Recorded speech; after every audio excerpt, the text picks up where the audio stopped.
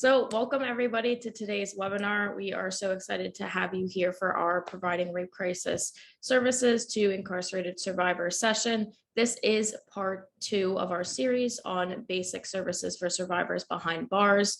While part 1 really focused on setting up services and building those strong relationships with facilities in your service area, today we really want to focus on the best practices of when you're actually providing these services to survivors behind bars. And no need to worry if you didn't catch part 1, that is absolutely okay. You didn't have to see it in order to be here.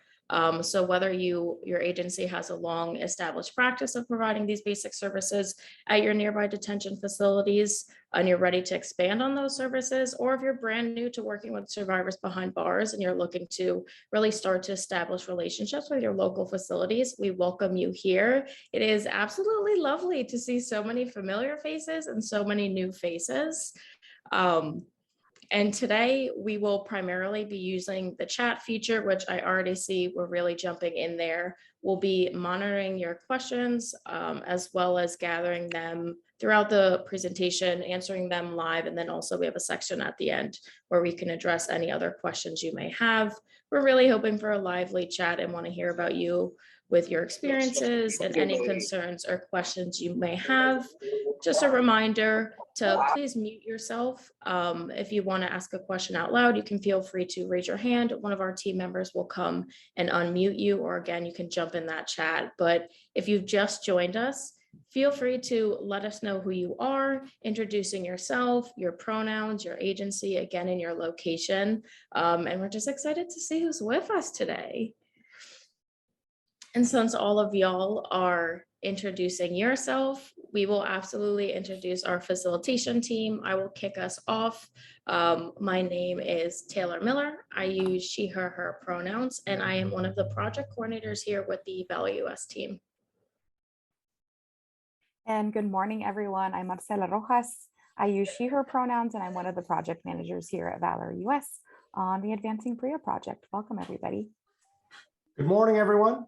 I'm Matthew Van Winkle. I use he, him pronouns, and I'm a senior program officer with Just Detention International, or JDI for short, and it's so good to be with you today.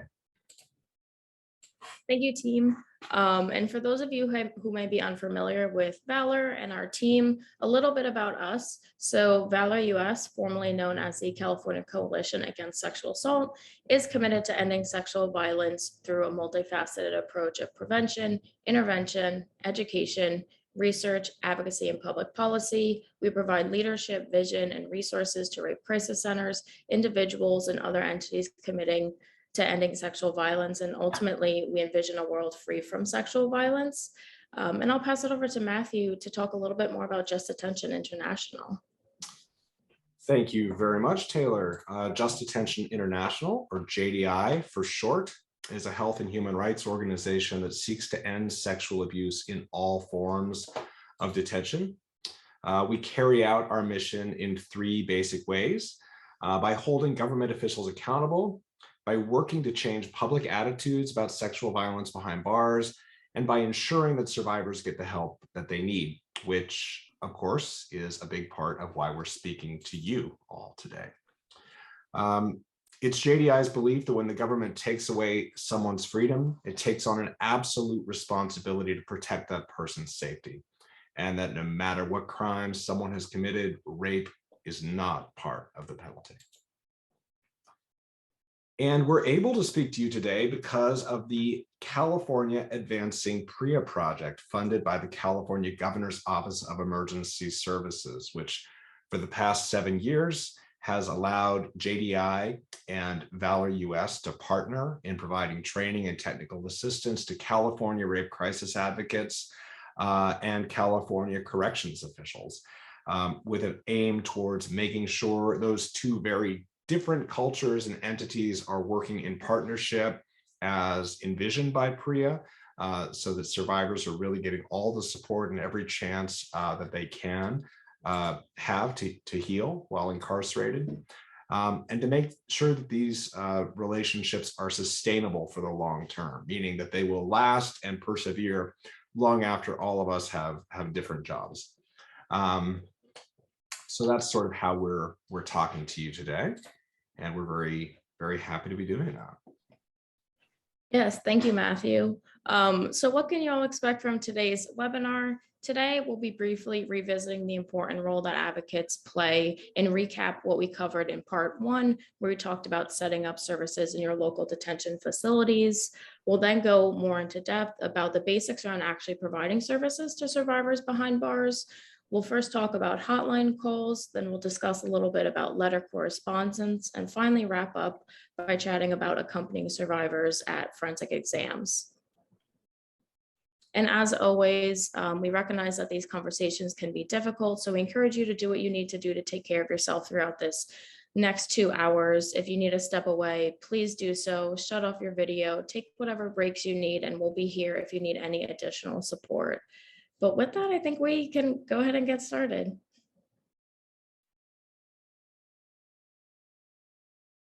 Thanks very much, Taylor. Just curious, I haven't, let me actually scroll up in the chat here. I was just curious to see if there's anyone with us from out of state. If you are here from outside California, I apologize if I haven't caught that yet, but could you just drop into the chat? Just, it doesn't matter that a lot of this information is going to apply to you, but, oh, wow, Kansas. Hello, a couple hours ahead of us. Good afternoon, Kansas, I believe. Washington, great. I bet spring is beautiful in Washington.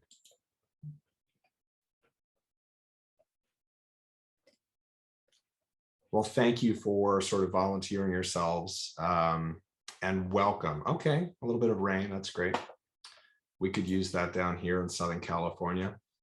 But before we dive deeper into the services that you all can provide to survivors within your local facilities, we want to do sort of a quick recap of part one of this training, which we provided earlier this month.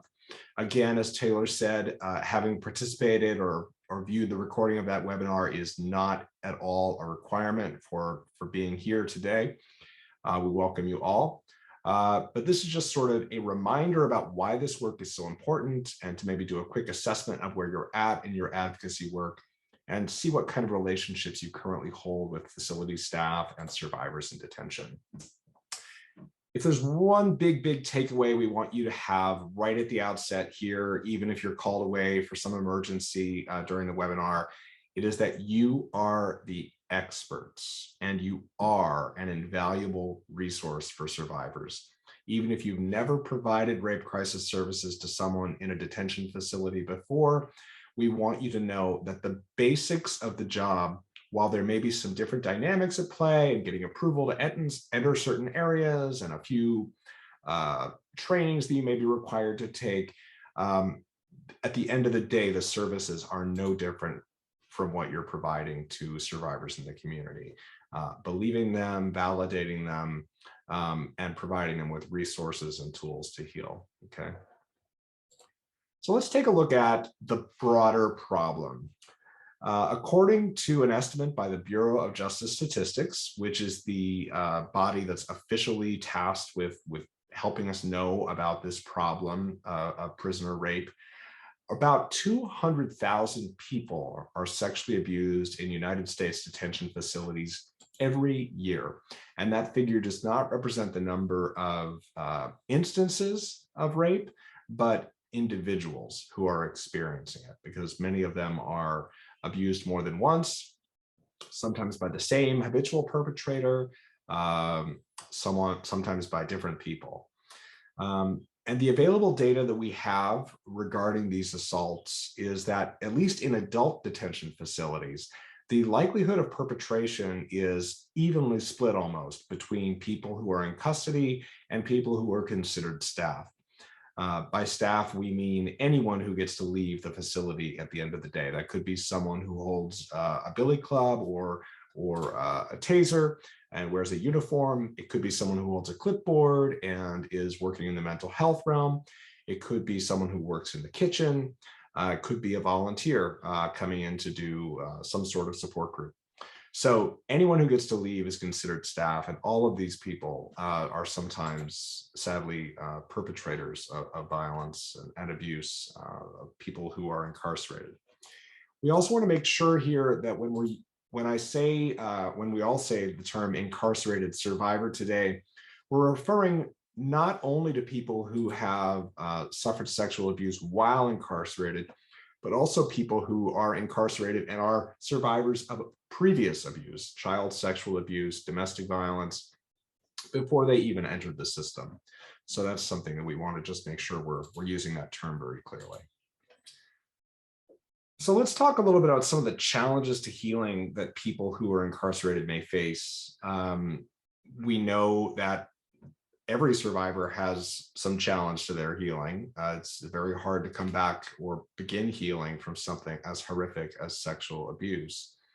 But people who are incarcerated and are survivors of abuse face some additional challenges when they're working through those issues.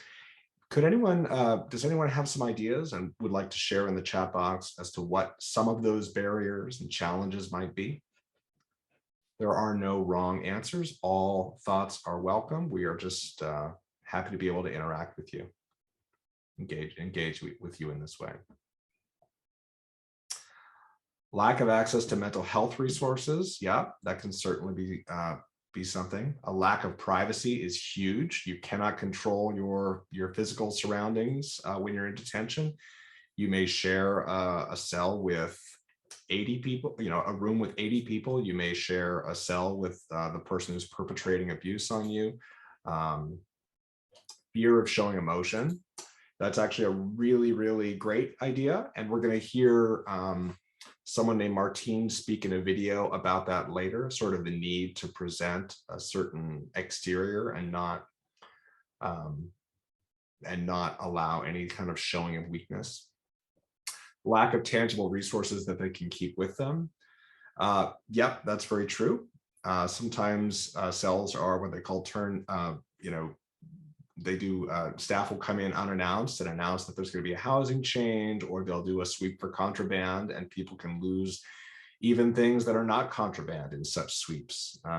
Could be literature that helps someone stay mindful and cope. Lack of autonomy. Yeah, sometimes even that extends to physical restraints, waist chains, handcuffs.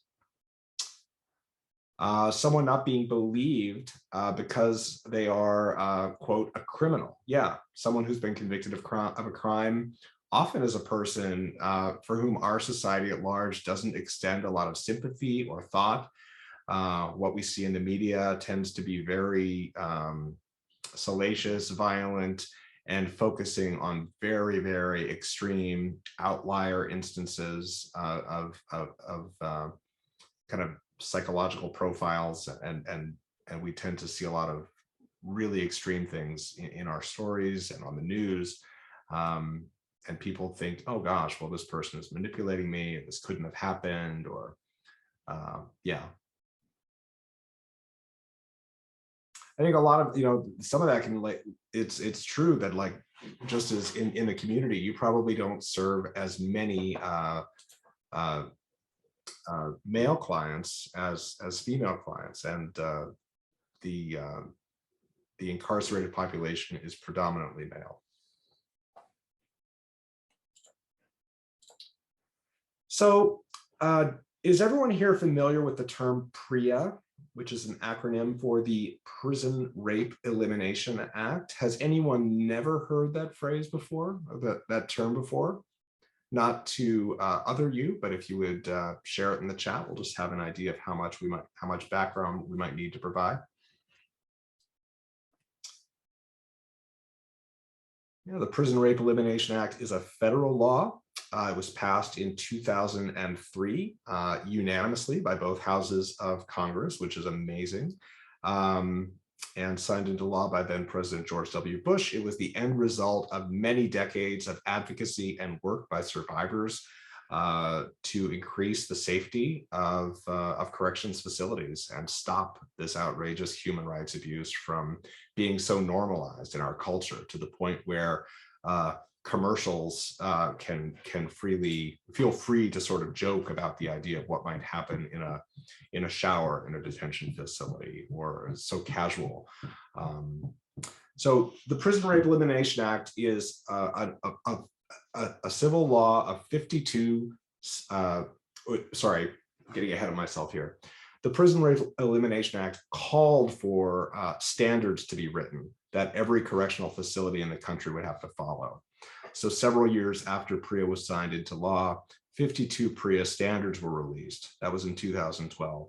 And every jail, juvenile hall, immigration facility, state prison, federal prison, you name it, that is in the United States has to comply with these 52 standards, or else risk failing an audit, losing some funding. It's not a perfect system, but it's what we have. One of the key things that PREA requires is for corrections facilities to partner with community agencies for the provision of rape crisis services to people in custody, because it recognizes that this is such a key component of healing. And one of the goals of PREA was to make sure that folks who are in detention, in custody, receive a level of care that's consistent with what someone in the community might receive. So we touched on this much more in part one, but basically the corrections facilities must attempt to enter into an MOU, or memorandum of understanding, with their local rape crisis center, so that advocates there can provide confidential emotional support services related to sexual abuse. And part of that is making sure that people in custody are aware of the hotline number and mailing address of those agencies. Okay, just sort of a very brief refresher. PREA also requires facilities to make the people in custody aware of the extent to which their communications with rape crisis advocates will be monitored by the facility. For example, if every piece of mail is going to be read, they have to tell them that.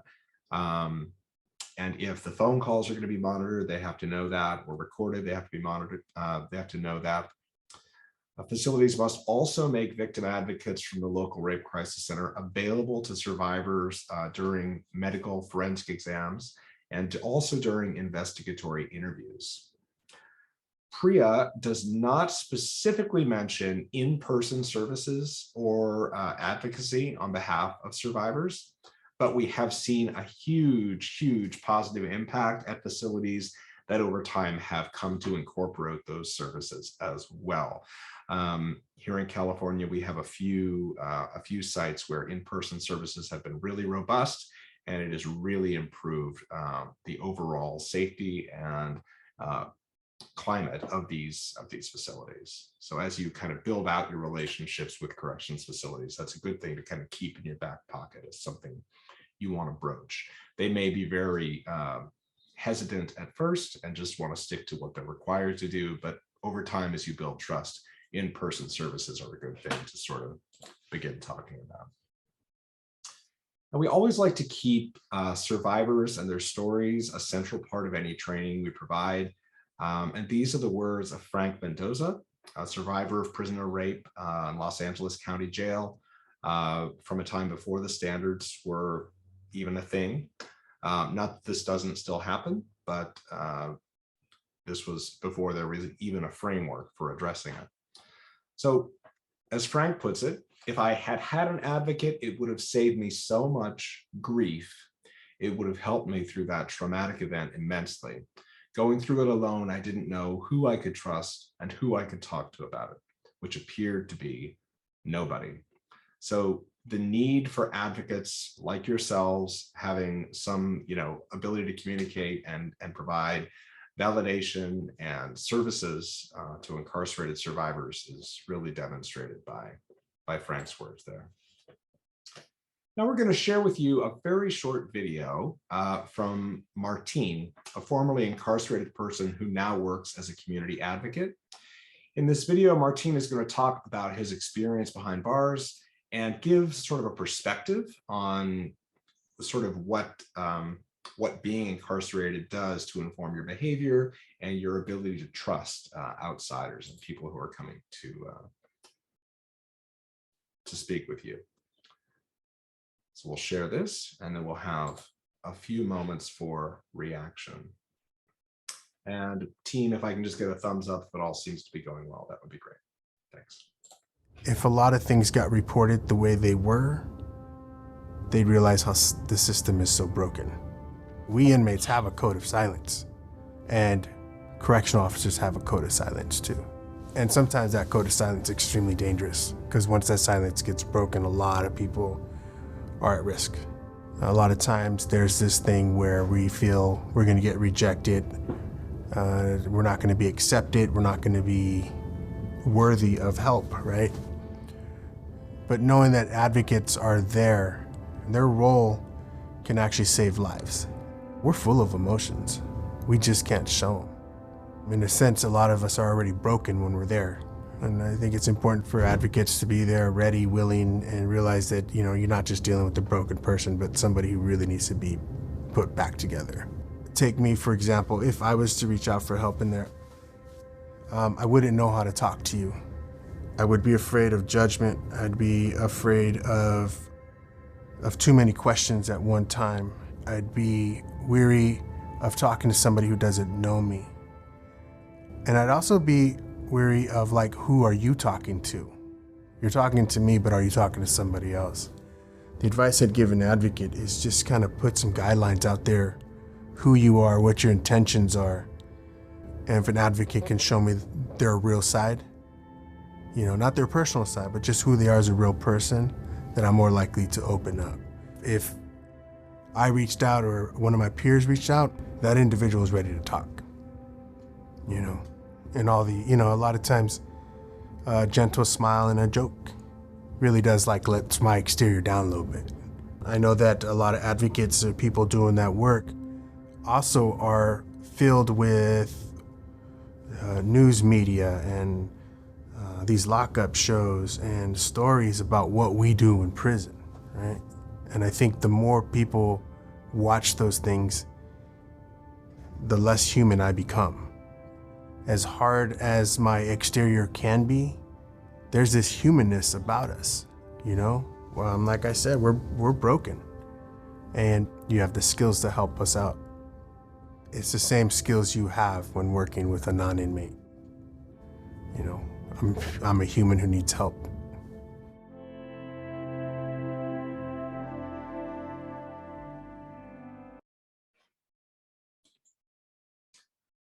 So was there anything that folks kind of took away from Martine's statements that maybe surprised them or that they weren't expecting to hear?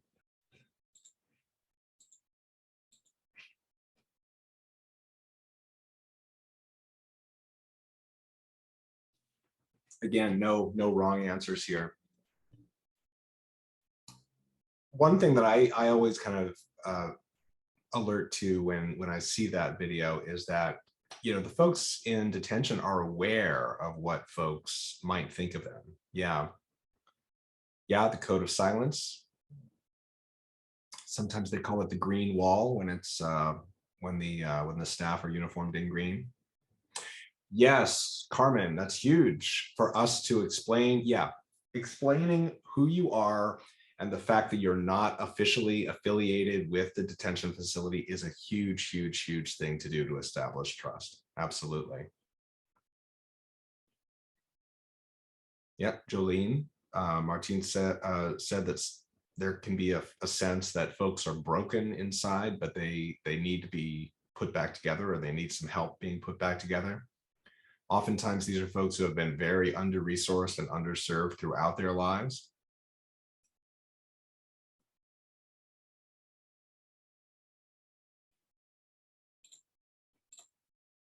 So I want to pivot just a little bit and ask another question. What do you all feel you need to feel like you're ready to support incarcerated survivors? Is there anything right now that is kind of coming to mind as, oh, I would like to do this work, or maybe I would like to do this work, right? Maybe it's not something that you feel yourself immediately drawn to, but what do you think could help sort of get you to a place of readiness and ability and feeling that strength of capacity. I think attending a training like this can certainly help. Chatting with other advocates who are maybe already doing similar work can certainly help. And again, there are no wrong responses to that, just sort of throwing it out there as an offering to maybe get you thinking in a certain direction. Yeah, Joanna, learning more about prisoners' rights in general so that you can inform people of what their rights are. Many times that is just not something they are aware of, although one of the tenets of PREA is that facilities are required to adopt a zero tolerance policy for sexual abuse and sexual harassment, and educate the people in custody about that when they're taken in at first, and then also within 30 days they need to receive a more comprehensive education on their rights under PREA. But that is certainly not always the case, that they're receiving that as they're required to by the law. How to not feel intimidated around LEO. I'm not sure I know what LEO is, but in their house, I might take that to mean just being inside a facility can be a very, very different experience than what we are used to. I know that some of the strongest advocates we worked with here in California have shared with us that the first time they entered a facility and showed their driver's license and kind of left their things at the desk and walked through the metal detector and felt the door close behind them, they were certainly aware of that. It's not a usual environment for folks. Oh, law enforcement officers. Very good. I'm sorry, I should have guessed that. I'm not very sharp today. Thank you. Building a sense of safety for advocates. Everyone deserves to feel safe doing their work. Acknowledging personal bias. Absolutely. That's a huge part of it. And I'm so glad you shared that, Rita. And just as with all bias, we have to dismantle it from within. I mean, no one wants to be biased. No one wants to feel that way. But society is what it is. And over time, we start to take on the shape of what we're exposed to. So we have to be very, very mindful indeed. Yeah. And I say that from personal experience. Yeah. Making no assumptions. Yep. That's a little bit part of just basic rape crisis advocacy and providing services. The empowerment model, believing that survivors are the experts in their own experience. Yep. And not to assume that just because one thing, another thing is true. I think these are great suggestions. And I thank you all for stepping up and sharing them. Thank you. One thing we want to kind of remind you all is that survivor needs are universal, whether someone is in custody or just wandering in to your office from the sidewalk. Whether or not they're in detention or not, they have the same needs. Validation, the need to have their experience validated. They need emotional support. They need skills to cope with what happened to them. They need to be told it's not their fault. They need resources and the ability to plan for their safety. Now, of course, there are some different dynamics at play when someone's in custody. You can't just suggest that someone go for a hike or take a walk on the beach or visit a calming website or listen to a podcast or something when someone doesn't have a smartphone because they're in detention, or someone doesn't have access to the outdoors, or someone can't control how closely they're going to be in contact with the perpetrator who harmed them. So we have to be a little bit more creative in detention, but at base, the needs are the same. I want to just kind of double right back. When it comes to addressing bias, one thing I have heard in the past, and I think it is really, it always makes me kind of stop and think, is that when you get a hotline call from someone in the community, or someone from the community walks into your offices to seek services, those services are provided without first asking a person, have you ever done anything in your life that you would prefer me not to know about? Have you ever done something that isn't in accordance with your own values? Or before I provide these services for you, what is the worst thing you have ever done? We don't ask those questions of survivors in the community. I think that's very sort of interesting to kind of keep in mind as well. When I know that can be a tool to address bias. And let's talk a little bit about resources and what's actually available and what folks can really gain from who are survivors in detention. You and your agency is a huge resource. And many of the skills you have from working in the community are very, very transferable to a detention setting. But you want to make sure that when you're referring folks to other organizations,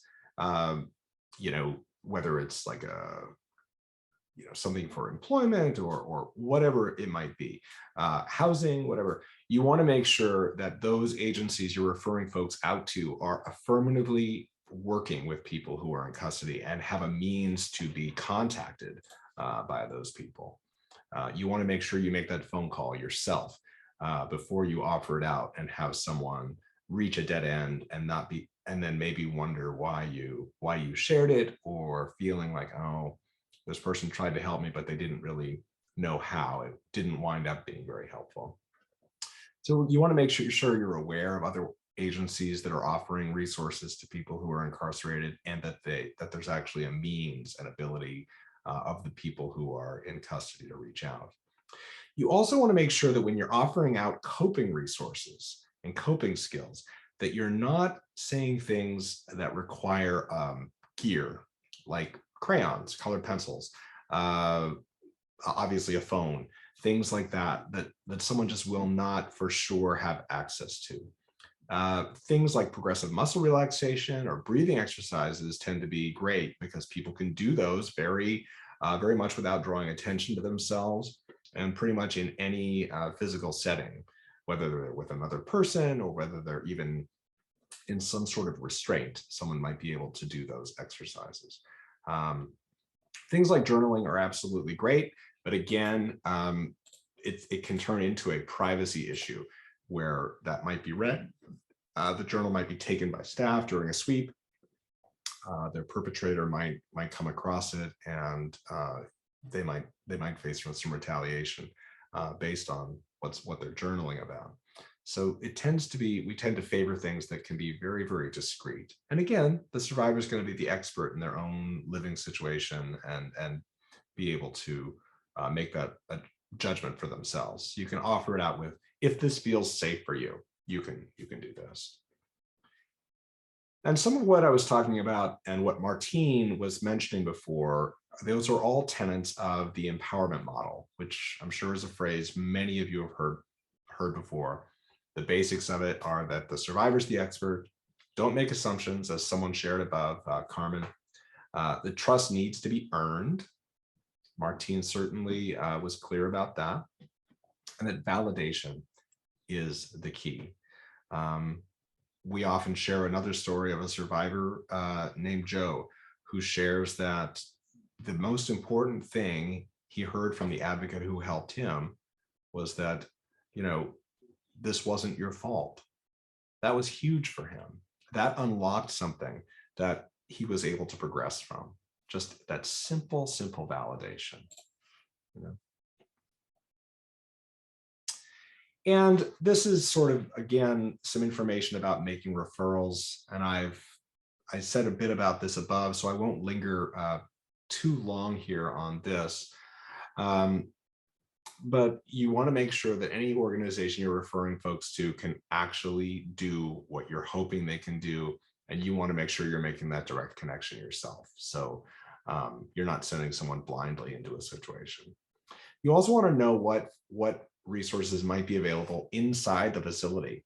Some county jails here in Los Angeles, I know, have people come in to do guided meditation or sort of a Zen practice or art workshops. These are things that you can absolutely learn about from your contacts at the facility, and then maybe suggest to the people you're working with in detention as something they might want to participate in. But again, always understand that they may not trust anything they're getting from the facility. because everyone who volunteers or works at the facility is not going to be, they're all going to be mandated reporters for abuse. So that's another barrier to trust and communication in the facility. So I'm going to run a little poll here, and you all can reply as you're able. Just click yes or no, or we're working on it, to this question. Has your agency identified relevant and reliable organizations to refer incarcerated survivors for additional support? Seeing a lot of yeses, that's good. Seeing some, we're working on it.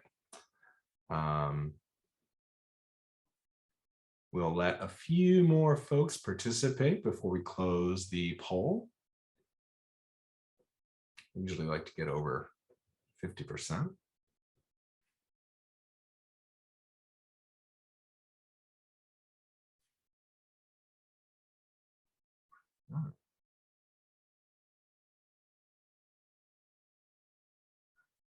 Well, it's slowing down a little bit here, so I'll end the poll. It looks like of those who responded, most have, the overwhelming majority, either yes, have identified some resources and other organizations to refer folks out to. We would love to hear about which organizations those are in the chat, or they're working on identifying some of those agencies. And of those who answered no, we want to hear from you as well. What are some of the barriers that you've encountered? What is it, just that it hasn't been something that has been a task that's been worked on, or are you in an area where there's just not a lot of resources to refer folks to? I'll just give folks a few moments to type in either some agencies that you have identified or some of the reasons that you haven't.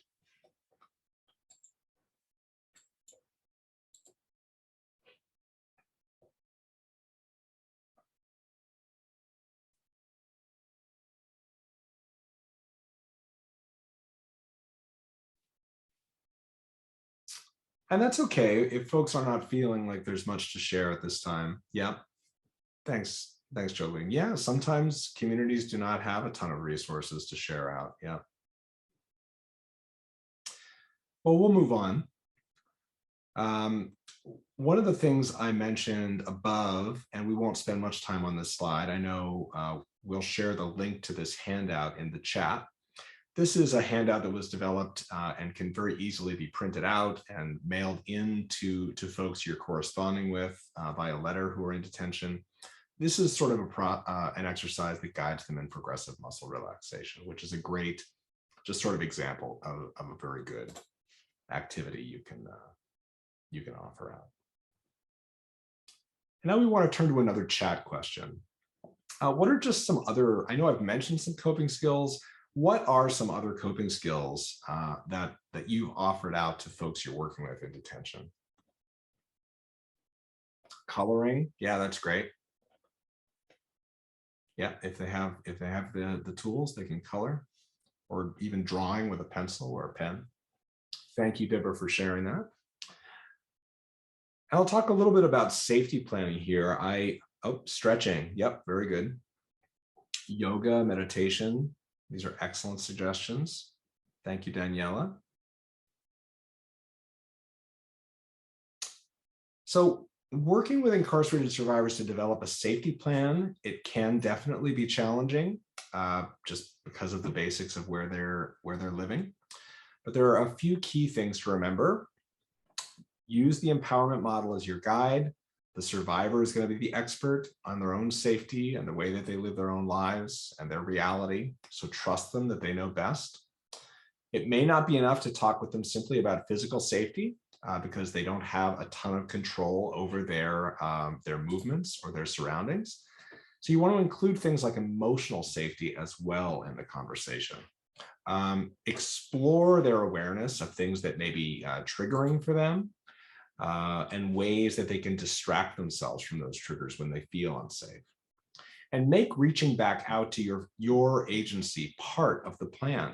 So make sure that they know it's sort of an open connection to you, like that you want to hear updates on what's going on with them, so that even if they can't change some of the physical realities of their lives, they know that there's sort of a light at the end of the tunnel. There's going to be that person to believe and validate them. Okay.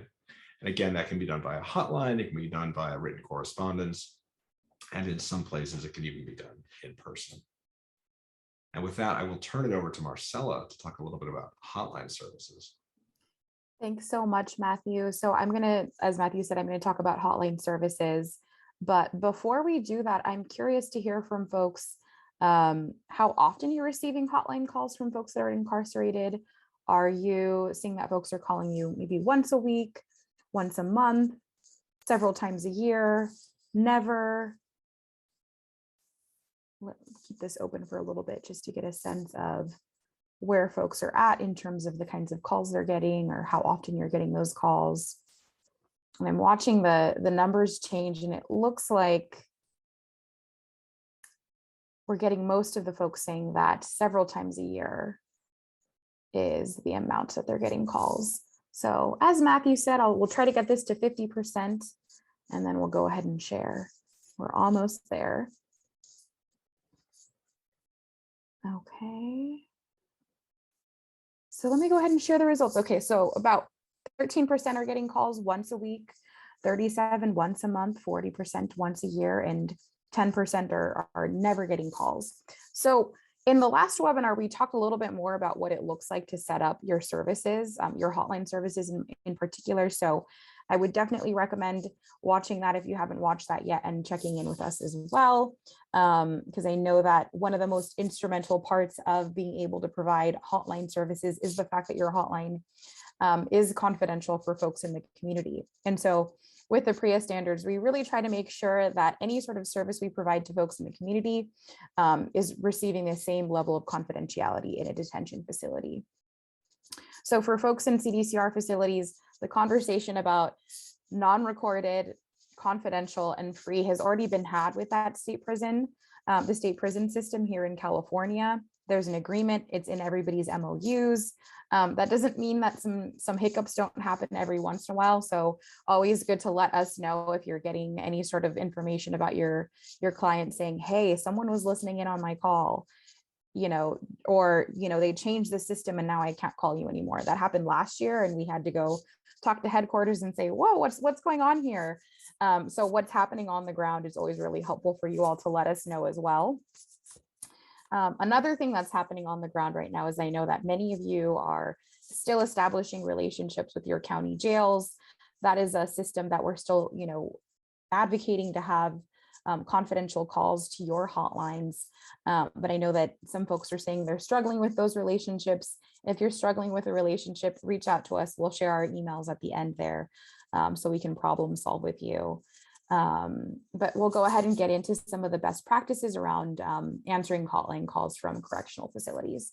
So as Matthew mentioned throughout his entire presentation, was that really validation and emotional support are going to be key elements to supporting folks across the board, regardless of where they are. But we also want to make sure that we're asking important questions that we may not ask folks in the community, and making sure that we're asking them in really trauma-informed ways. Because oftentimes people are calling you thinking, what is in their heads? What do they think about folks who are incarcerated?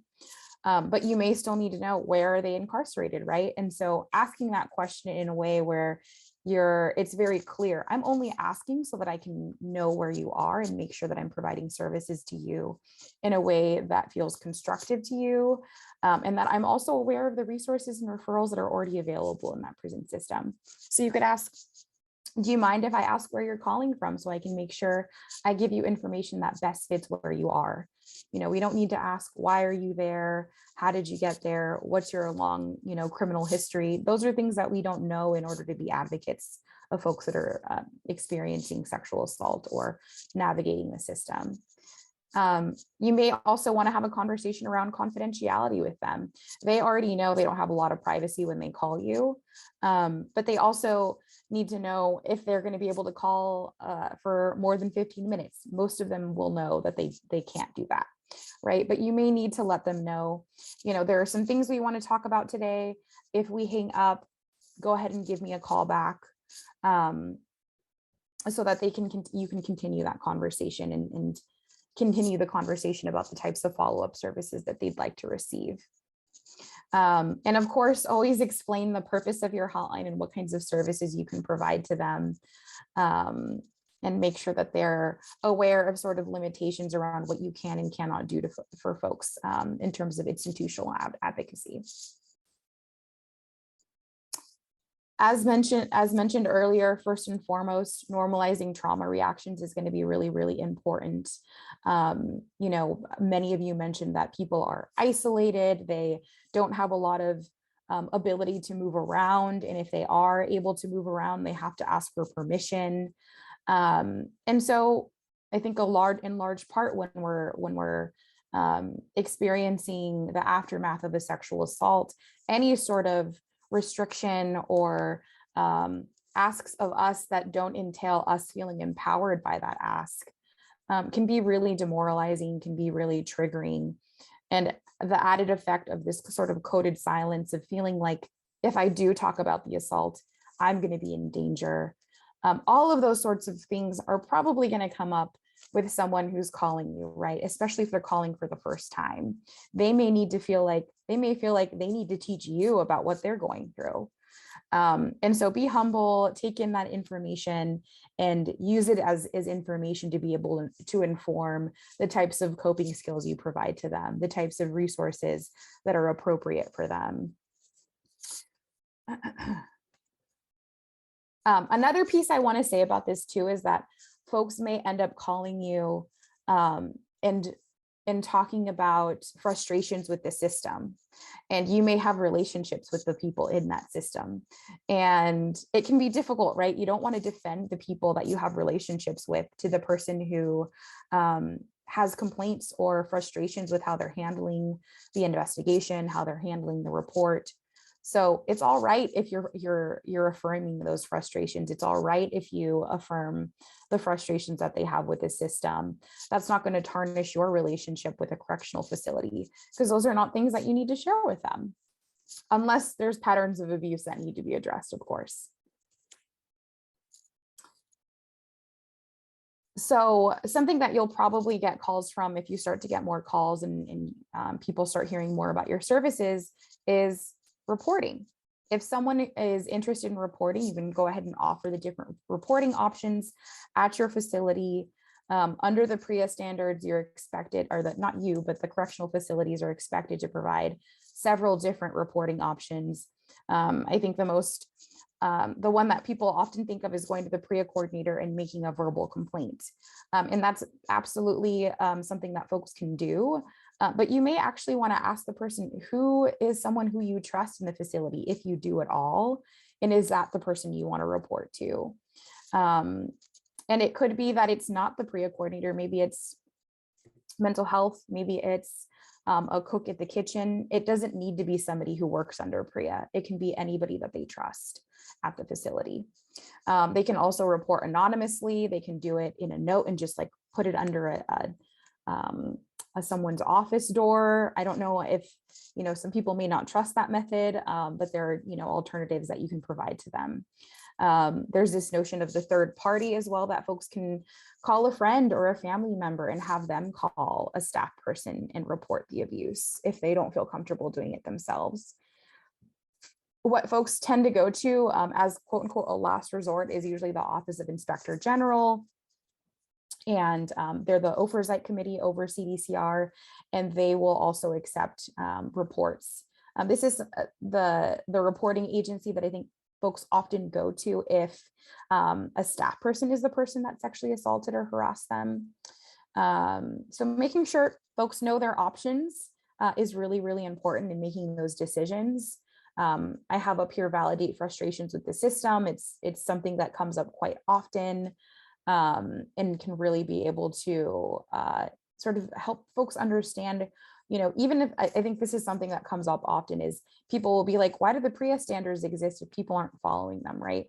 And so we can talk about how policy doesn't always equal implementation in its truest form.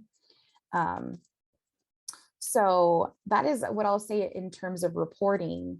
In addition to helping them decide who to report, is following up on that report and making sure it's being taken seriously, making sure that it's being investigated. And oftentimes I think folks will call you and say, I already made a report, and it's just nothing's happened so far. So it's really, really, really helpful to have a relationship with somebody at the facility that will help you advocate for them if they feel like the report's not being taken seriously, the investigation hasn't happened, there's been no interviews. Because at the end of the day, you can't really change the system without having allies in those systems. And we'll talk a little bit more about institutional advocacy in a later webinar and a little bit in this one as well. So now that I've talked a little bit about reporting, I do want to ask folks, what do you traditionally do if a survivor calls you and wants you to make a report on their behalf? And I think this can get a little tricky because we aren't mandated reporters, but we do want to be able to support folks in making sure that those reports are taken seriously. But what would folks respond if someone was saying, can you make a report on my behalf? You can unmute yourself or drop something in the chat there.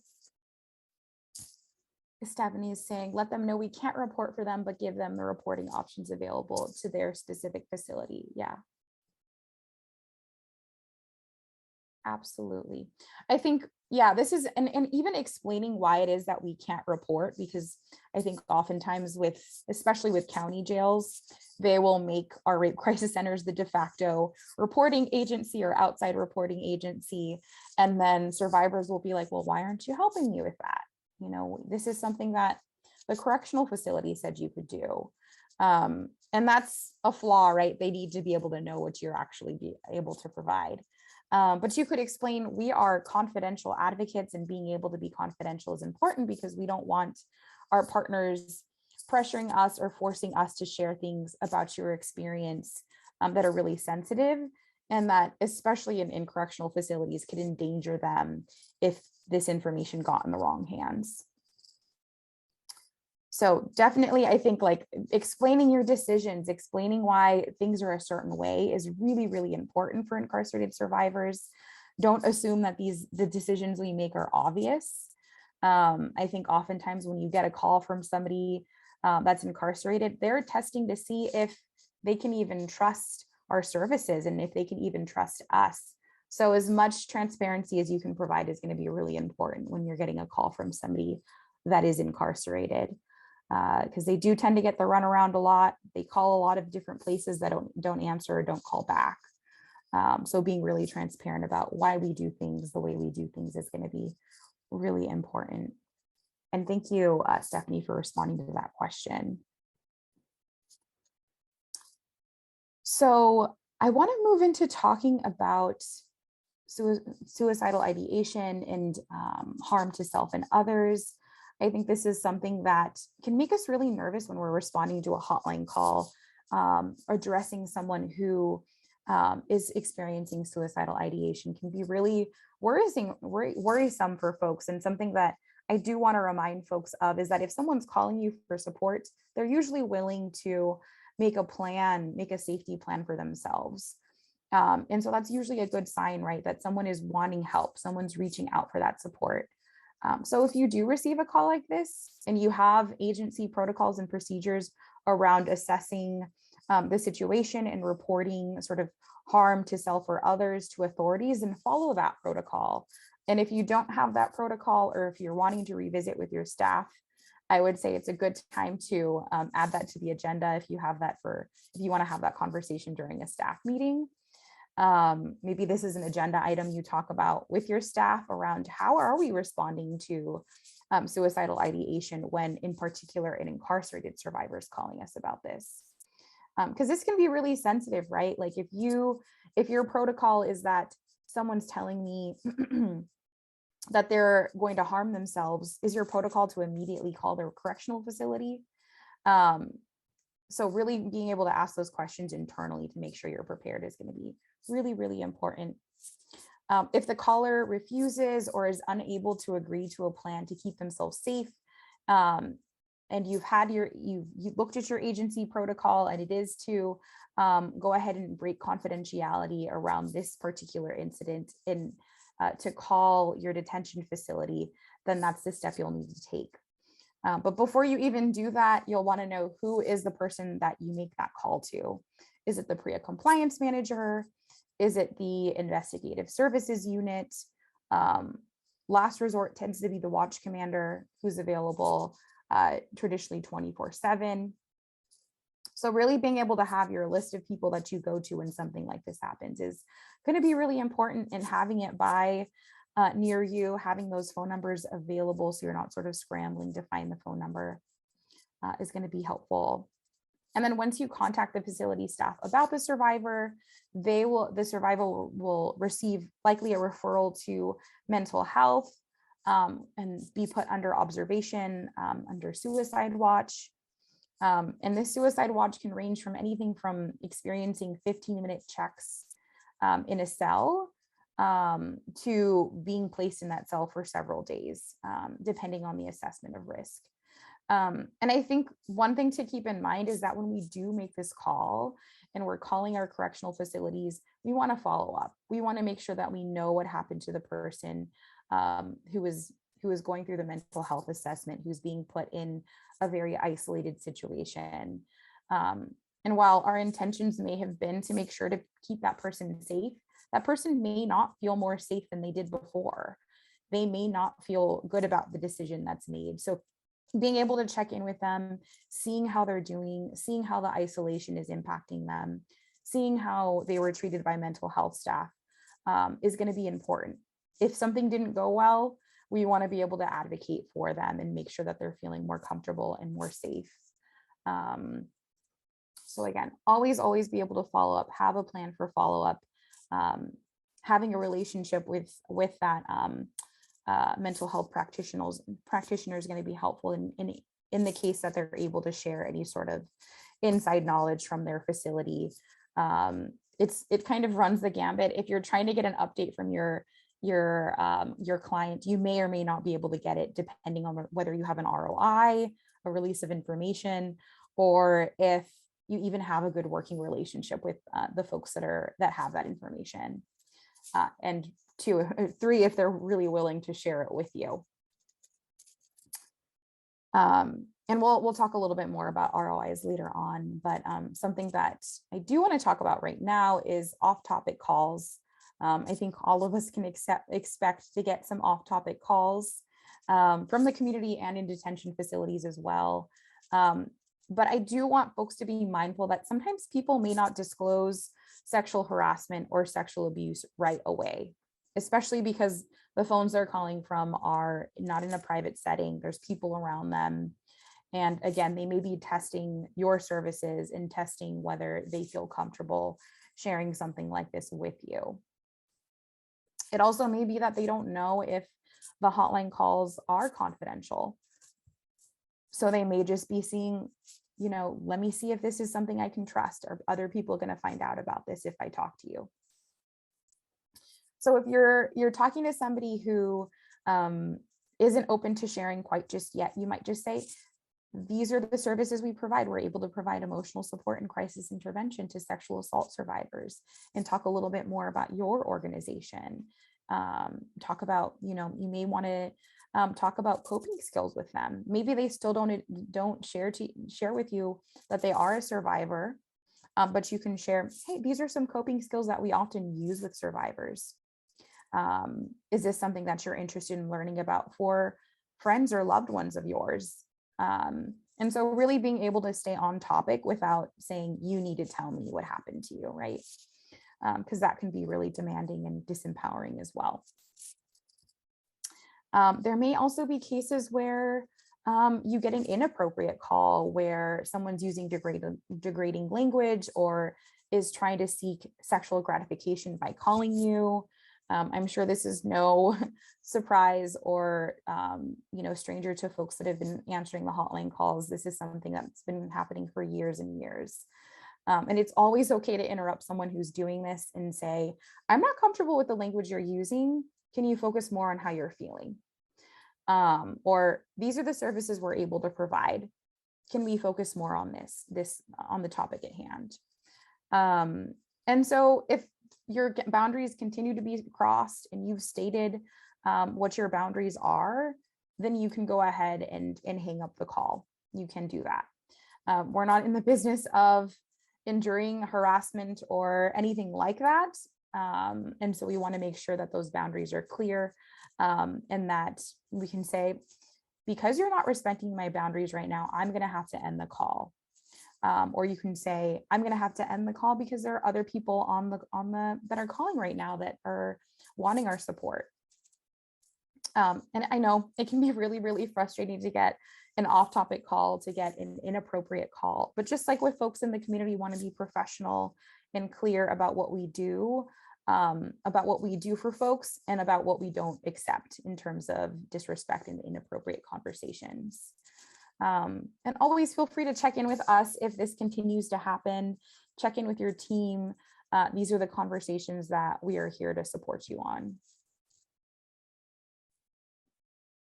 I think another thing that comes up often as well with our hotlines is that you might get repeat callers. There might be a caller in particular who says, I want to talk to Molly. Molly's my social worker or my advocate, whatever they may call you. And that's who I'd like to speak to. And that can make things a little bit challenging, right? Because Molly may not always be on the hotline. I'm curious if other folks have experienced a dynamic like this where they only want to talk to Jody or Molly or whoever it may be. And I know that some folks have ameliorated this by talking about offering them a more specific line to call, or offering them the ability for letter correspondence with that particular person. And again, always remind them that there may be other people calling on the line, and it may be that you need to set a 1 call per day situation. And always be able to sort of offer that encouragement and validation during the process as you're setting those boundaries. So wrapping up the end of a call, we always want to be able to summarize what we talked about, summarize the safety plan that we made, and any sort of follow-up that needs to be done. If you're going to send them a letter, make sure that you get either verbal or written consent based off of your agency policy. If you're going to do in-person services, absolutely go ahead and make sure that you have that written or verbal consent as well. And be able to collect as much as information as possible around their full name, their inmate number, their housing unit and facility address, so that you make sure that when you follow up, you're sending it to the right place. We're going to talk a little bit now about written correspondence and letter writing. And we know that letters are really one of the most common ways that folks behind bars, especially those in prison, have contact with the outside world.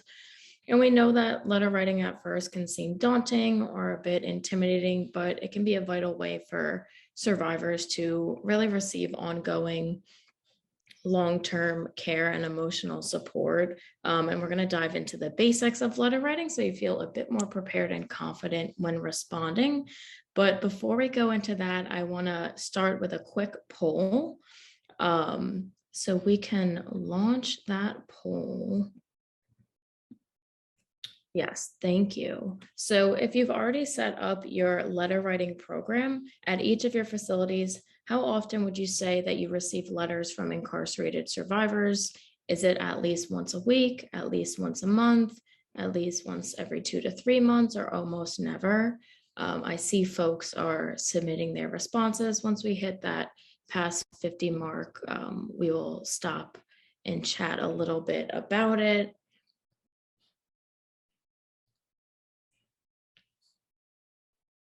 Okay, I'm actually seeing majority right now is almost never. We'll give it just a few more moments.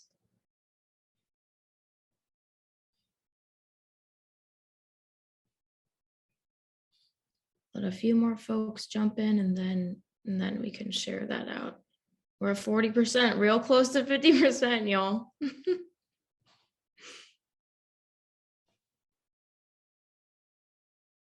Okay, since we slowed down, I feel like this is a good place to stop and share those results. So we have a majority of folks with almost never. We have some folks, the second highest is around 2 to 3, once every 2 to 3 months. We have very minimal folks at least once a week. So it's really interesting to see these results. And if anybody has one or more facility, and we would love to hear in the chat which facility receives the most letters. So if you're comfortable, feel free to share that. But I'm happy that y'all have joined us. For those who have almost never, I'm hoping that you can gain some insight for what we're going to share for you today. And in a few months, we're also going to have a letter writing workshop. So keep your eyes out on that. That feels like a good place for some folks to join in the conversation. But with that, I want to talk a little bit more about actually setting up your services for letter writing. So as we talked about in part 1 of these webinars, it's really important to have a system in place before you offer a service.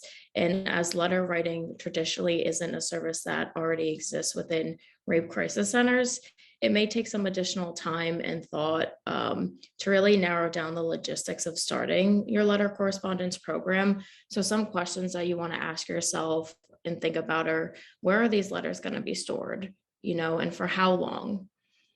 How will you actually handle the letters once you receive them, and your responses, so that they're secure, confidential, and safe? If your agency is already using a database, how can you incorporate this into that and add the letters in there? You also want to consider how you'll track it for your monthly reports. And we also can acknowledge that we're still in the midst of a pandemic and some staff may be working remotely. So you want to think about additional ways that, letters will be sorted and read through there. And we also encourage you to watch a webinar we did last year called "We Are Still Here, Serving Incarcerated Survivors During COVID-19. And you can always, again, I know we say this often, contact us for any support or tips, or for folks who aren't really receiving letters. If you want to have another conversation about that, we're absolutely willing to do so. And I know Michelle will get the link to that webinar in the chat. And thank you, Michelle, for just being so on top of this chat today. Now we can talk a little bit about what to expect when receiving a letter. So letters can vary really widely in length. Some letters may be just a simple single sentence, such as, "Hey, can you please send me a list of your services?" or "Please add me to your mailing list," while others may stretch across several pages, as the act of writing may be something more therapeutic and self-soothing for that survivor. Letters often may also include legal documents and other paperwork within it. And in regards to disclosures, we see a variety of different ways that survivors disclose. Some may not disclose directly any experience of sexual abuse or sexual harassment at all. Others may allude to it. Some may hide it, mixed within several different topics. In some letters, they may immediately disclose that they experienced sexual assault, but are really looking for less emotional support and more legal remedies. You also can expect to get letters where the handwriting may be difficult to read. Just make sure that you're being patient with it and taking your time and going through those letters so you don't miss any crucial information. You may also get a letter in a different language other than English. So you want to really plan for that in how you're going to translate the letter to read it, and then also how to respond in a translated response to them as well.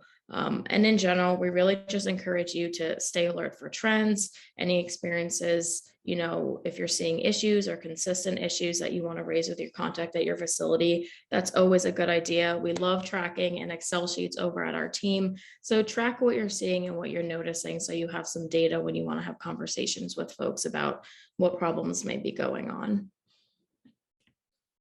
And when we think about letter structures and how you're going to form that, you want to treat it just like a hotline call. You're there to provide and respond with emotional support and safety planning. As such, you want to make sure that you respond in a timely manner. Best practice is really to write back within 2 business days of receiving the letter. Generally, your letter responses should be no more than 1 to 2 pages, even if you receive a letter that is longer. And all of your responses should be typed using a size 14 and a font that is easy to read. And when you're addressing the letter, you want to make sure that you're putting the survivor's full legal name, first and last name, and CDCR or booking number, and the facility name on the envelope. If the survivor is using a nickname or has a preferred name that's different from their legal name, make sure to put the legal name on the envelope. But when you're writing the letter on the inside, feel free to address them with the name that they chose and they prefer. And you want to make sure that your response is able to read by anybody who has a wide variety of reading abilities. You never know the education of the levels of the survivors that you're working with. So a good practice is really writing at like a 6th grade reading level, and to be really clear and concise as possible in your writing. And it can be also really helpful if the advocate who responds to the letter is consistent throughout, similar to how you would in a community.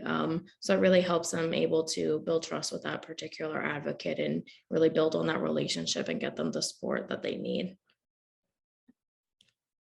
And then when we know how important confidentiality is to survivors, and some of you may know CDCR has agreed to treat mail that is marked with evidence code 1035.4 on the outer envelope as confidential mail. So what this means is that all letters with this code, in theory on the outside, are not to be read by staff and are opened in the presence of the survivor. In order to protect your clients and provide confidential advocacy, feel free to use the labels that we created. I saw Michelle just drop that in the chat, so feel free to save those, put those on the envelopes, and also encourage your survivors to write the code on their responses as well. We do want to acknowledge that even though this practice is in place, it doesn't mean that it's always being followed or adhered to. Survivors will still let us know that their letters are being read. So you do want to lean into them and always ask them what they're experiencing. They are the experts of their experience and can provide really valuable insight. And it just really serves as a reminder to keep asking them if their letters are being read and where that's at, and really advocating for systematic changes. And if you're working with your local county jails, it's really important to also establish how letters will be kept confidential, as that's a code that I just mentioned only applies to CDCR facilities. And not all county jails. So whatever you decide with your jail, you want to include that in your MOU and make sure that survivors know how to keep making sure that they're sending you mail that is confidential. Yes. Oh, thank you so much, Matthew, for clarifying what CDCR stands for as well. So California Department of Corrections and Rehabilitation. We say that often. So yeah, we get in the weeds, we forget that maybe not. And especially with some out-of-state guests here, I just thought it was useful to put it in there. I love it. Thank you very much, Taylor. So when you have sort of an understanding of how you're going to be handling the mail at your agency and what some of the processes are going to be for replying to letters, and then you're sitting there at your desk and maybe there are 8 or 12 letters that have come in over the past month, a really good idea is to figure out a way to screen those letters and sort of assess the priority of how to respond and in what order. It's a good idea to sort of take a quick scan and make sure that you're addressing them in true order of need. Folks who are really having safety issues that need to be addressed, the folks who are expressing the most dire current level of crisis, these are things you can sort of factor into that decision. And from that assessment, you can start to think about what resources you can connect them with apart from yourself. Of course, you are the key resource for emotional support and healing. But you can always think about other things you can include in your response. And just sort of as it's always good to sort of remember that letters, even though they're sort of, they feel a little archaic, a little throwback to us these days when we're very used to instant communication and texting and email and all that stuff. But letters really are like any other conversation you have with a person. They just take a little bit longer to play out, okay? So you should be expecting that it's not going to be, your first letter is not going to solve every issue or crisis. It doesn't mean you're failing. It doesn't mean that you're not providing the services you're supposed to provide. It's just the nature of this method of communication. So you always want to keep that door open for responses and request updates from the folks you're writing with. Another practical consideration has to do with folks being transferred to different locations within a department or agency. CDCR, for example, has, close to 30 adult facilities, and folks can be transferred for any reason whatsoever. It can be disciplinary, it can be practical, it can be at someone's request. So when you are addressing that envelope to send it back, it's really important that the final step should be to make sure that you're sending it to the right place. And most correctional departments have some sort of locator or database that is accessible to the public. So you can do a run by name or ID number and make sure that that person is where you are going to be sending the letter, at least on the day you send it, so it has the best chance of reaching them. I know that JDI, we send out in our initial response to any new writer a packet of materials, even if they're not disclosing abuse, because we understand that the dynamic could be that they're trying to establish trust first before they come forth with that information. That packet has, so that some of the things that are in that packet are the same for everyone. Someone mentioned above that it's so important to acquaint people with their rights and let them know what they're entitled to. We include a full copy of the PREA standards, as well as a letter that kind of summarizes big takeaways from those standards. We include a letter from a member of our survival council that, encourages them and lets them know that healing is possible. And then, of course, other resources. Many of the agencies represented by you all today are included as resources in this packet for our California survivors that write to us. And of course, we never neglect to put in a personalized letter that addresses what the person wrote to us about, validates them, makes sure that they know that what happened to them is unacceptable, and that we're there and that we want to have updates from them. Okay. So you don't need to, it all depends on your capacity. Not everyone will have the capacity to send out something like this, but just something to think about. When it comes down to actually writing that, sometimes there's nothing more challenging than sitting in front of a screen and trying to write the first word, right? Like that, I think we can all identify with that. Like, where do you begin? You really can take the person's letter as sort of a roadmap for how to begin, and you can make that first paragraph just very simple and welcoming. Thank you for writing to us. We received your letter of, include the date so they know what letter you're referring to. Sometimes people write multiple letters before even one reaches you. Sometimes letters might all reach you at the same time and they've been written on different days. Make sure you refer to that so they really know how up to date you are with their situation, and that they aren't thinking that you're ignoring something else that you've written them about. Does that make sense? So if someone wrote you in on May 13th and you got that letter and you're writing back to it, and they've already sent you something else on May 18th that discloses more abuse or a change in their circumstance, you want to make sure that they know that you're only responding to certain letters, if that makes sense. I hope I've put that right. I don't know if I trust my ability to communicate right now. So you can always start by thanking them, kind of echo back what they've shared as their concerns, and always talk about the limits of what you can and can't do. That's very, very crucial. So let's talk through an example of a letter. This is one of the most common types of letters you might receive, where the person's seeking general emotional support. And it reads, "Dear advocate, I saw your info in a resource guide.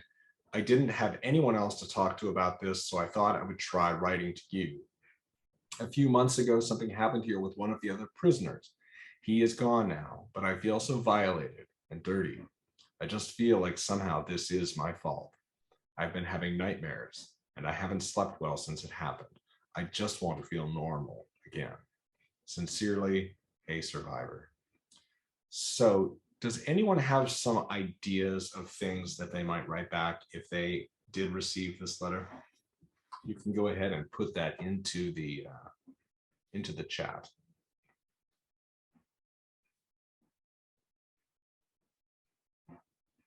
Again, we're creating a safe space for folks who want to share. There's no wrong answer.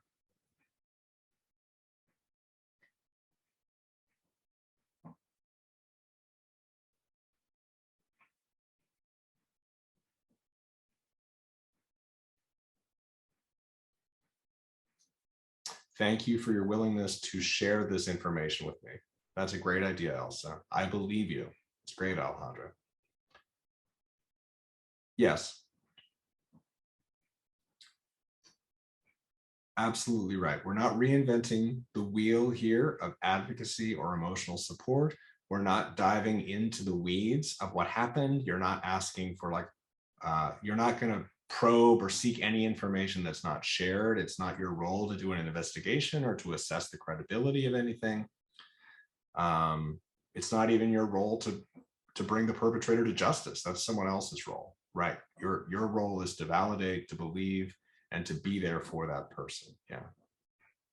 This is not your fault. Perfect. So this is we see a lot of letters come in that more or less say something similar to this letter. They're seeking resources. They're not really sure what we do, but they don't know where else to turn. If they are writing to you, then they are in luck because you are the place to which we would refer them. You are the place they should be turning to, where they can really receive confidential support for what they went through. So a letter like this is a great opportunity to sort of build rapport and build trust. And thank you for sharing your ideas. With that, I'll turn it back to Marcella. Thank you, Matthew. I know we are going through a lot of information, so I just want to remind folks that we are still here if you have any follow-up questions. I know that someone asked a question and said, I'm not sure if someone answered this already, but and asked the question. So if you're not sure if we answered it, go ahead and ask it again. We're okay with that. Okay. With that said, I'm going to turn over to talk more about forensic exams.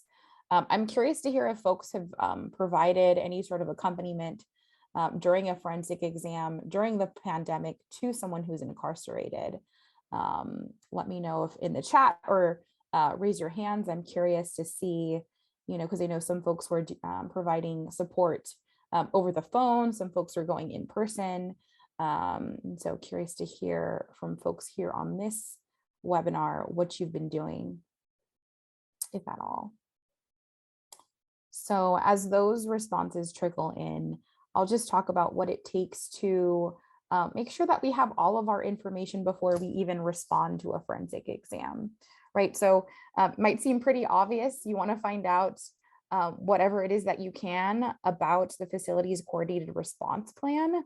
Ask them where exams are done. Sometimes they're done at an offsite hospital. Sometimes they're done at the prison itself. Sometimes the hospital is so far away that it might be that the hospital is in someone else's service area, a different rape crisis center service area, and then the prison is in your service area. So you may have an MOU with the prison or the jail and the RCC to make sure that you're being able to sort of provide those follow-up services. So once again, where are exams done? How are survivors transported? And how are advocates contacted? I think this last question is going to be really, really important for you to ask when you first start building that relationship. It could be that they weren't calling your advocates at all. And so now you need to establish that precedent with them. You'll want to make sure that your advocacy team also understands this process, not just the person who holds the relationship with the PREA compliance manager or coordinator, but that your whole team is aware that if someone calls about a forensic exam, they know to make sure that the correct staff person is showing up to the correct place at the right time. As we mentioned in our previous webinar, you definitely, again, have to go ahead and review the facilities coordinator response plan and make sure that you are included in that process. Some RCCs have helped their facilities do a sort of test run of the whole process so that they feel prepared and know what to expect. You can learn about what steps are taken when a prisoner must be transported for an exam by talking to the PREA compliance manager, by talking to an ally at the facility. Or if you're not getting enough information from the correctional facility, you may want to speak to a forensic nurse to get more information about this. Many of us have materials and information that we provide to survivors at the end of a forensic exam. Both Matthew and Taylor have mentioned those are materials that need to be altered for incarcerated folks if you haven't done so already. I know that we had a presentation or a webinar last week around creating outreach materials. So if you haven't checked that out yet, if you weren't able to attend, we'll have a recording available to share with you all to really be thinking through what kind of materials are helpful to share with people. I know that some of our agencies have created smaller sort of bookmarks or smaller paper that are more inconspicuous so that you're not carrying around a huge booklet about what PREA is and the list of services, so that folks feel comfortable taking that back with them after the forensic exam. There are certain things that you may bring to folks in the community that you may not be able to provide to folks who are incarcerated, like hygiene products or clothing. It may run the gamut in terms of different facilities, so always make sure to check in with your correctional partner to see what they're allowed to take back with them, so that you're not providing something that they can't go ahead and take with them and miss out on. So during the exam, one of the other things we mentioned is explain your role to the survivor and the correctional officers and the SANE nurse. It may be that you have an established relationship with these folks already. It may be that they're completely new to this type of work. And so being able to be really clear about what your role is so that we're not sort of stepping on each other's toes is going to be really important.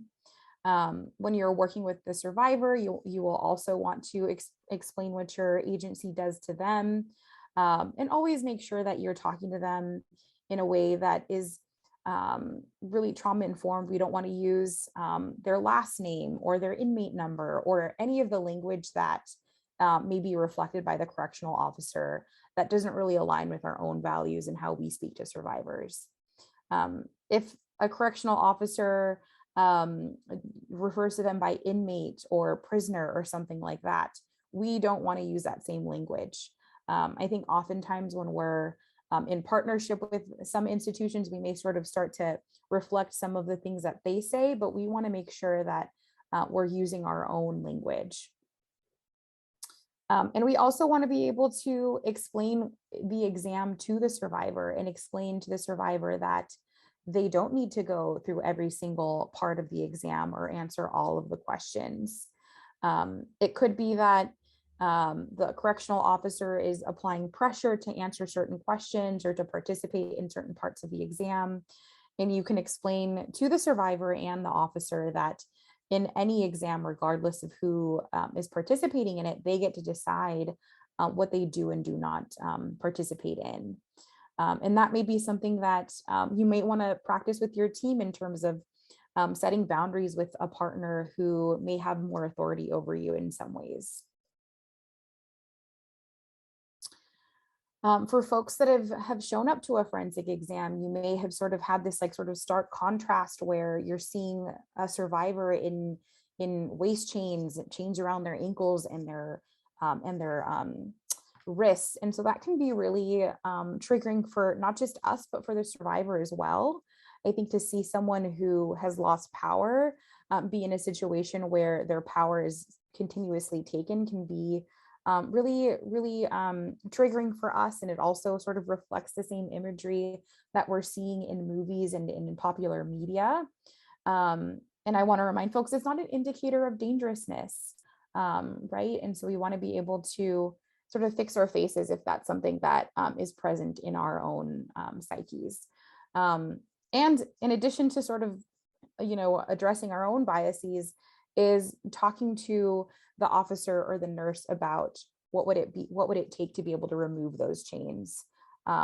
Is it that the nurse can go ahead and use her position as the nurse and say, this is not going to be helpful for the way that I'm conducting this exam. Can we remove them? So you may need to partner with the nurse to sort of be able to make those adjustments and make sure that the survivor is comfortable and that their dignity is still being respected. There certainly will be moments when officers may say that's not a possibility. And so really maneuvering and saying, okay, can we maybe put a blanket on top of them so that they're not really thinking about those waist chains.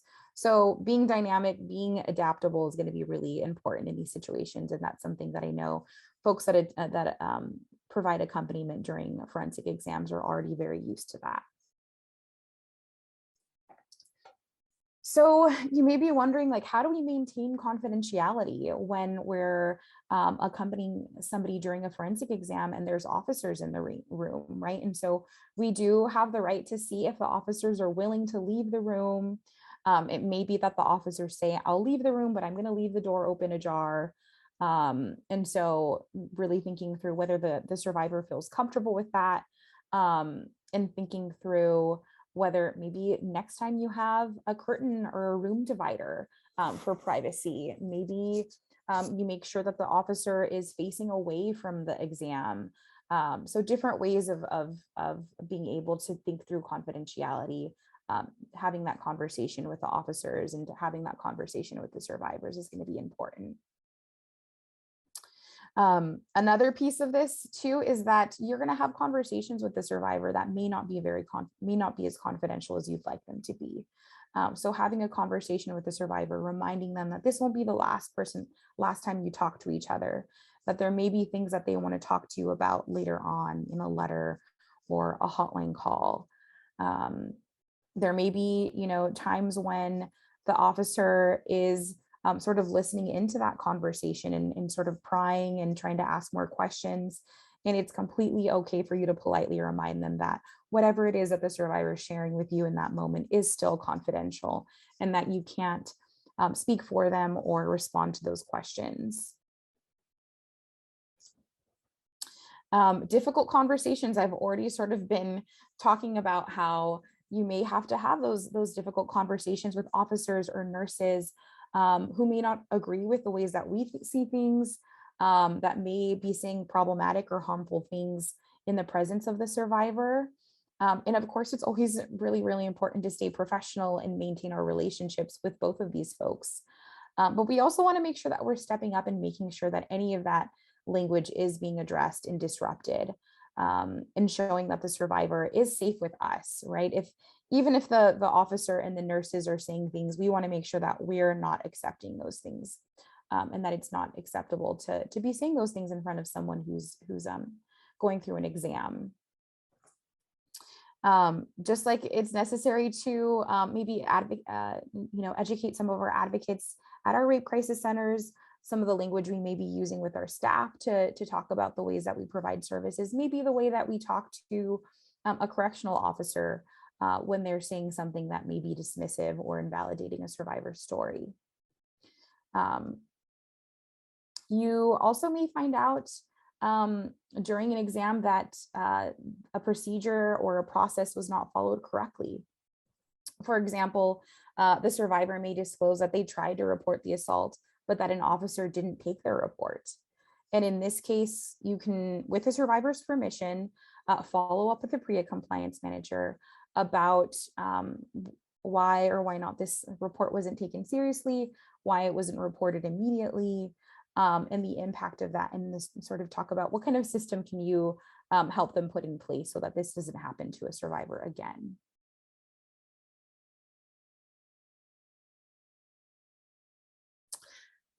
So something that I feel like you probably heard us say quite a bit is follow-up, right? And I think follow-up looks really different for someone who is incarcerated. And so we have to be able to do our due diligence in terms of explaining our services and really building rapport and trust with the survivor so that they do feel comfortable receiving the services that we're offering to them.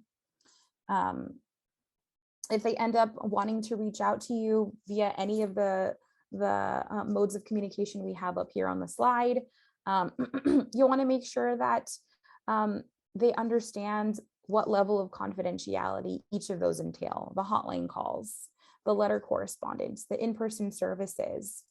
And if you offer in-person services, be sure to let the survivor know that this can be set up with the PREA compliance manager, but that also means that one person will know of the assault. Of course, the PREA compliance manager will know because of the reports, but also just sort of reminding them that in-person services does sometimes entail including more people in the coordination. It doesn't mean that you're sharing their story with the staff, but it does mean that they're aware that they're receiving services from you. Again, going back to what Martin said, who are you talking to and what are you telling them is really the spirit behind this. Another piece of this that we don't have up here is that the PREA standards require that an advocate be allowed to accompany survivors during investigative interviews. And if this is something that your organization allows you to do, be sure to let the survivor know that and to have that conversation with the correctional officer as well, so that you are invited to the investigatory interview. I know that folks have had issues with this before. They get invited to it and then the investigation goes on and the advocate shows up and it's already over. So things like that, having that conversation to make sure that you're not being left out of that process, when oftentimes that's when survivors are really wanting you to be present for them. Another piece of this follow-up as well is asking to follow up with a doctor if they are receiving some sort of psychiatric medication afterwards, or following up about any sort of like STI testing and things like that, to make sure that they are receiving that type of medical attention. I'm trying to think if there's anything else I want to share about this. I think we're going to go ahead and move on to talk about the release of information. I'm sure this is something that's really quite familiar to you all. It's what allows you to continue advocating on behalf of your client with facility staff. And there will be a space for your client to name any sort of specific individuals that they give you permission to discuss their situation with. Most of the time, this will be the PREA compliance manager or the PREA coordinator. If you don't know who this is in that moment, you'll probably want to do a little bit of research so that you can make sure to fill this out correctly. You'll also want to make sure you explain why you're completing the form and what it means. And sometimes I'll offer to read the ROI aloud and summarize what it says in my own words, so that the client can fully understand some of the legal language that's on here. Another piece of this too is that Matthew mentioned this before, is that folks get transferred to different facilities within a system quite often, especially after a sexual assault. I see this quite often in terms of staff realizing that they're not safe in that facility, so they get transferred out.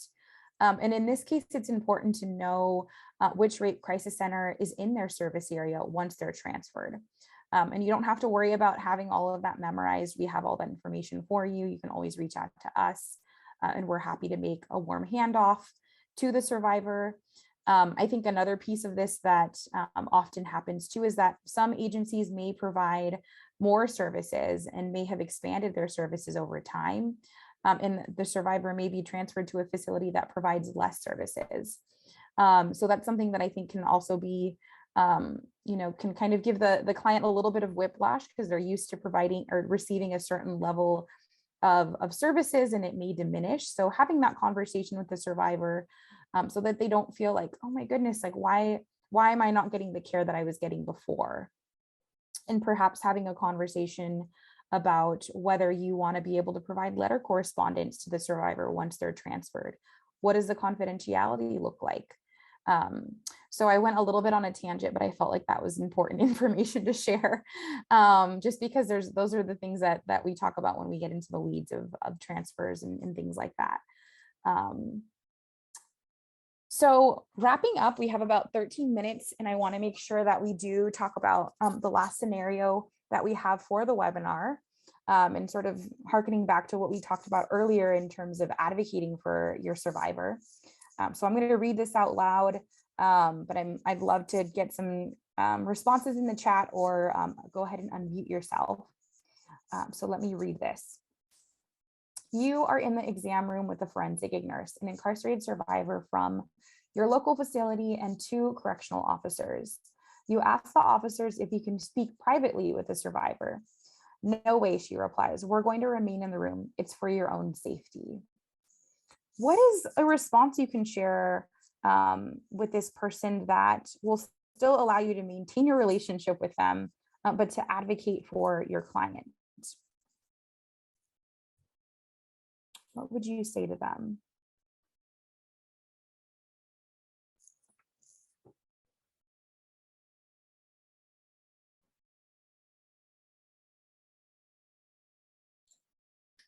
That's a tough question. It is a tough question. I'm comfortable with silence though. So I see some folks have unmuted themselves, and I will let you chime in.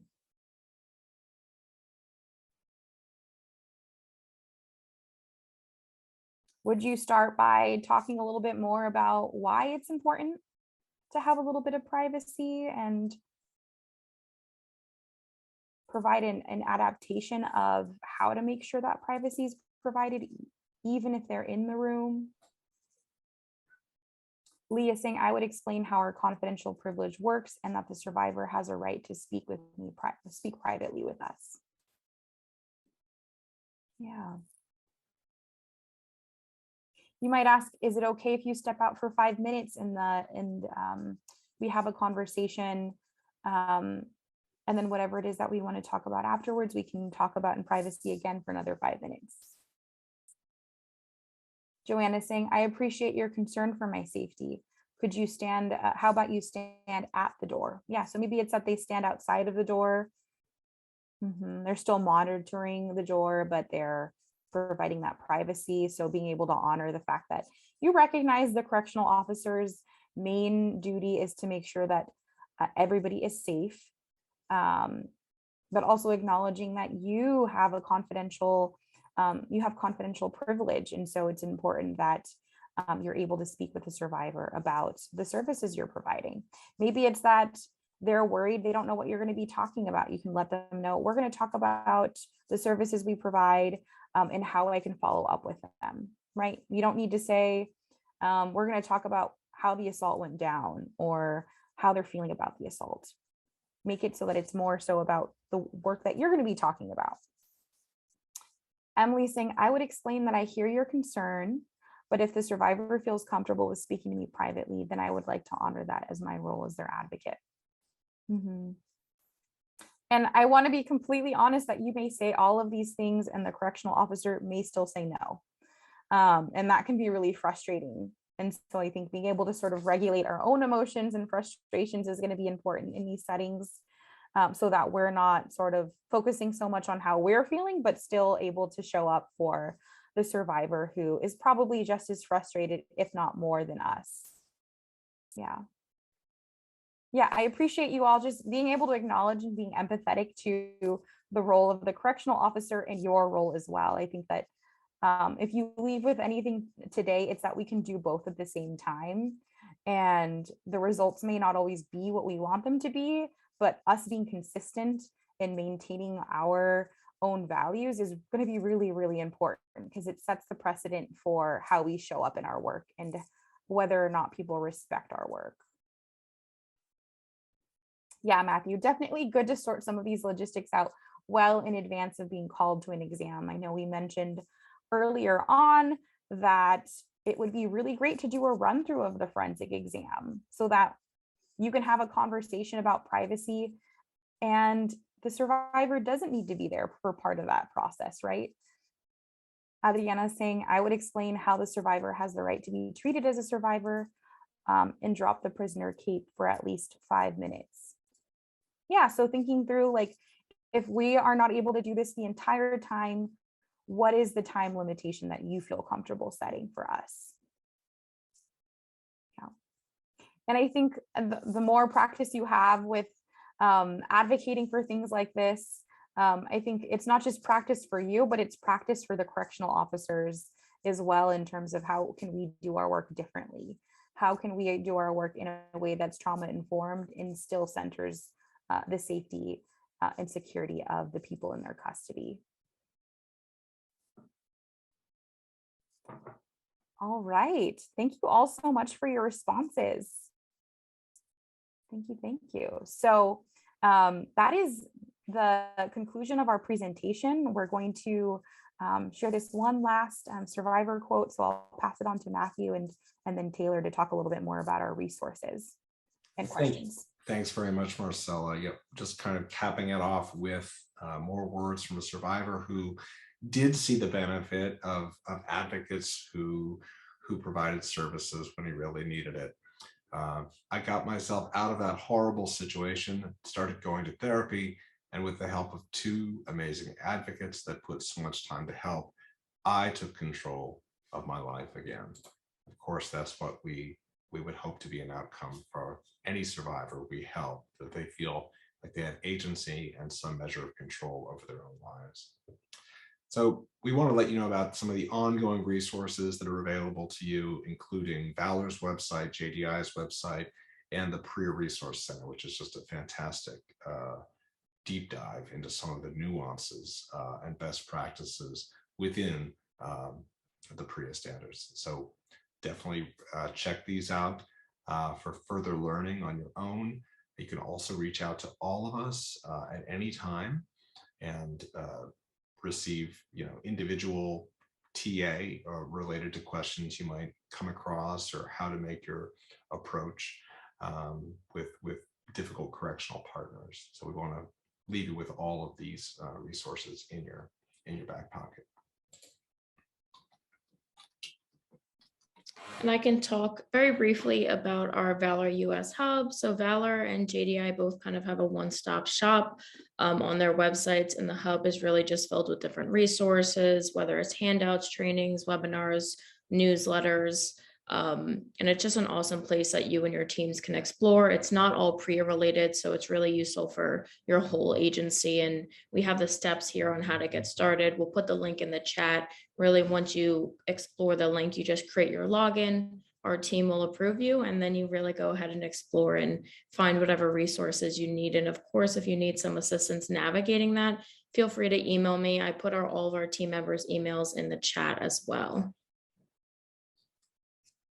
Thank you, Taylor. And JDI maintains a website as well with no login is required. And it's everything that this project has kind of to date created that we feel is of use to advocates seeking more information.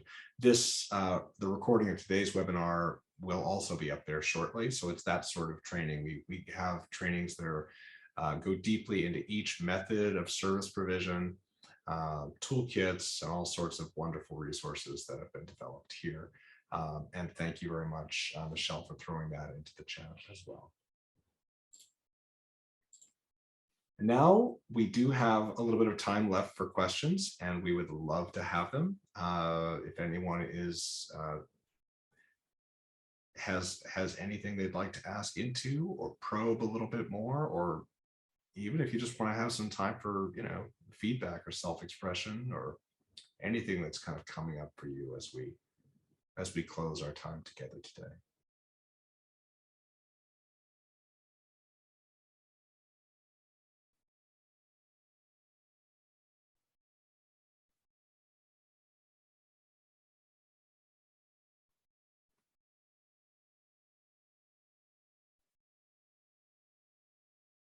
And I'll say I was so pleased just to have so many of you all here. I think that's a very, very strong showing. And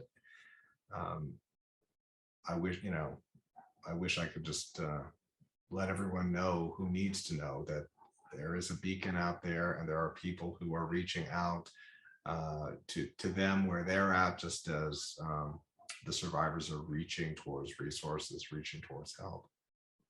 Well, thank you, Deborah. I should add, and please do ask any questions. I wanted to say that we have a newsletter that we would love to invite you all to. We have two newsletters actually. And so if you'd like to be added for any sort of future trainings or resources that we send out, feel free to drop an email in the chat and we can go ahead and add you to that resource list.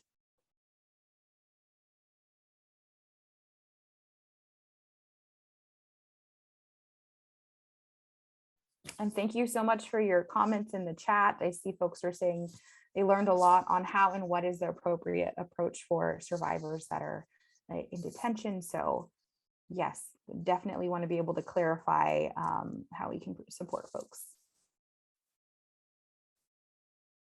Glad it was helpful for folks in Kansas as well.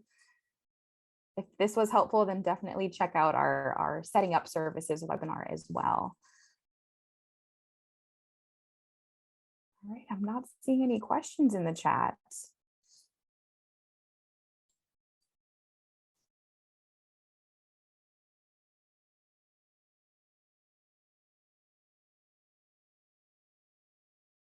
Thank you, Elsa.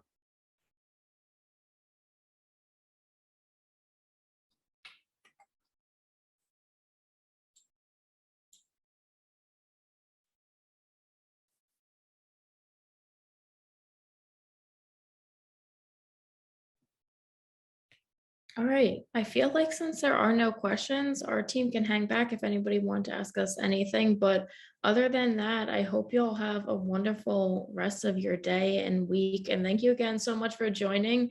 So excited to see so many folks here today. Just wanted to answer one last question. Okay, we got a question. Okay. Just if you do want individual trainings for your centers, do let us know in advance. I know we get booked out. But yes, we do individual trainings.